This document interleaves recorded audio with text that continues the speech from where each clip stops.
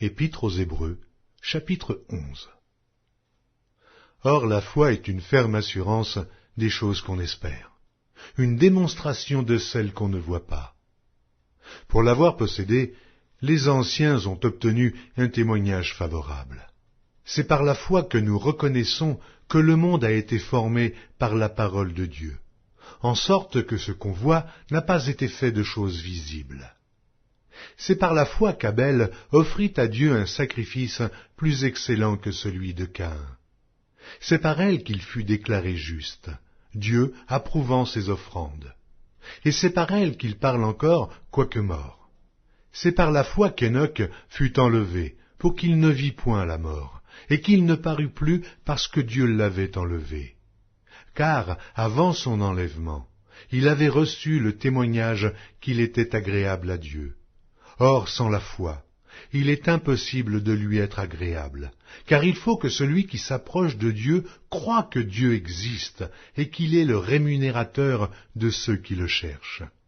C'est par la foi que Noé, divinement averti des choses qu'on ne voyait pas encore et saisi d'une crainte respectueuse, construisit une arche pour sauver sa famille. C'est par elle qu'il condamna le monde et devint héritier de la justice qui s'obtient par la foi. C'est par la foi qu'Abraham, lors de sa vocation, obéit et partit pour un lieu qu'il devait recevoir en héritage, et qu'il partit sans savoir où il allait. C'est par la foi qu'il vint s'établir dans la terre promise, comme dans une terre étrangère, habitant sous des tentes, ainsi qu'Isaac et Jacob, les co-héritiers de la même promesse. Car il attendait la cité qui a de solides fondements, celle dont Dieu est l'architecte et le constructeur. C'est par la foi que Sarah elle-même, malgré son âge avancé, fut rendue capable d'avoir une postérité, parce qu'elle crut à la fidélité de celui qui avait fait la promesse. C'est pourquoi d'un seul homme, déjà usé de corps, naquit une postérité nombreuse, comme les étoiles du ciel, comme le sable qui est sur le bord de la mer, et qu'on ne peut compter. C'est dans la foi qu'ils sont tous morts, sans avoir obtenu les choses promises. Mais ils les ont vus et salués de loin, reconnaissant qu'ils étaient étrangers et voyageurs sur la terre. Ceux qui parlent ainsi montrent qu'ils cherchent une patrie. S'ils avaient eu en vue celle d'où ils étaient sortis, ils auraient eu le temps d'y retourner. Mais maintenant, ils en désirent une meilleure, c'est-à-dire une céleste. C'est pourquoi Dieu n'a pas honte d'être appelé leur Dieu, car il leur a préparé une cité.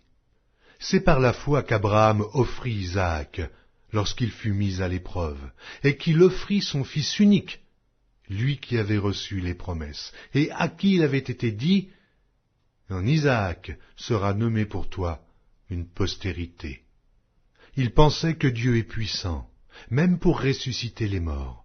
Aussi le recouvra-t-il par une sorte de résurrection. C'est par la foi qu'Isaac bénit Jacob et Ésaü, en vue des choses à venir. C'est par la foi que Jacob, mourant, bénit chacun des fils de Joseph, et qu'il adora appuyé sur l'extrémité de son bâton. C'est par la foi que Joseph, mourant, fit mention de la sortie des fils d'Israël, et qu'il donna des ordres au sujet de ses os. C'est par la foi que Moïse, à sa naissance, fut caché pendant 3 mois par ses parents, parce qu'ils virent que l'enfant était beau, et qu'ils ne craignirent pas l'ordre du roi. C'est par la foi que Moïse, devenu grand, refusa d'être appelé fils de la fille de Pharaon, aimant mieux être maltraité avec le peuple de Dieu que d'avoir pour un temps la jouissance du péché, regardant l'opprobre de Christ comme une richesse plus grande que les trésors de l'Égypte, car il avait les yeux fixés sur la rémunération. C'est par la foi qu'il quitta l'Égypte sans être effrayé de la colère du roi, car il se montra ferme, comme voyant celui qui est invisible. C'est par la foi qu'il fit la Pâque et l'aspersion du sang, afin que l'exterminateur ne touchât pas au premier-né des Israélites. C'est par la foi qu'ils traversèrent la mer Rouge comme un lieu sec, tandis que les Égyptiens qui en firent la tentative furent engloutis. C'est par la foi que les murailles de Jéricho tombèrent, après qu'on en eut fait le tour pendant 7 jours. C'est par la foi que Rahab la prostituée ne périt pas avec les rebelles, parce qu'elle avait reçu les espions avec bienveillance. Et que dirais-je encore? Car le temps me manquerait pour parler de Gédéon, de Barak, de Samson, de Jephthé, de David, de Samuel et des prophètes, qui, par la foi, vainquirent des royaumes, exercèrent la justice, obtinrent des promesses, fermèrent la gueule des lions, éteignirent la puissance du feu, échappèrent aux tranchants de l'épée, guérirent de leurs maladies, furent vaillants à la guerre et mirent en fuite des armées étrangères. Des femmes recouvrèrent leur mort par la résurrection.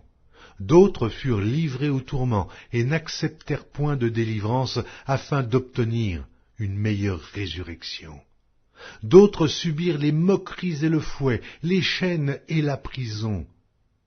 Ils furent lapidés, sciés, torturés.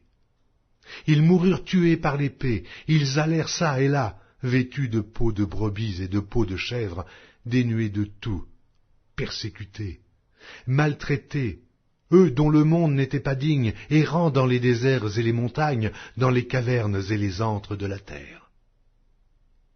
Tout cela, à la foi desquels il a été rendu témoignage, n'ont pas obtenu ce qui leur était promis. Dieu ayant en vue quelque chose de meilleur pour nous, afin qu'ils ne parvinssent pas sans nous à la perfection.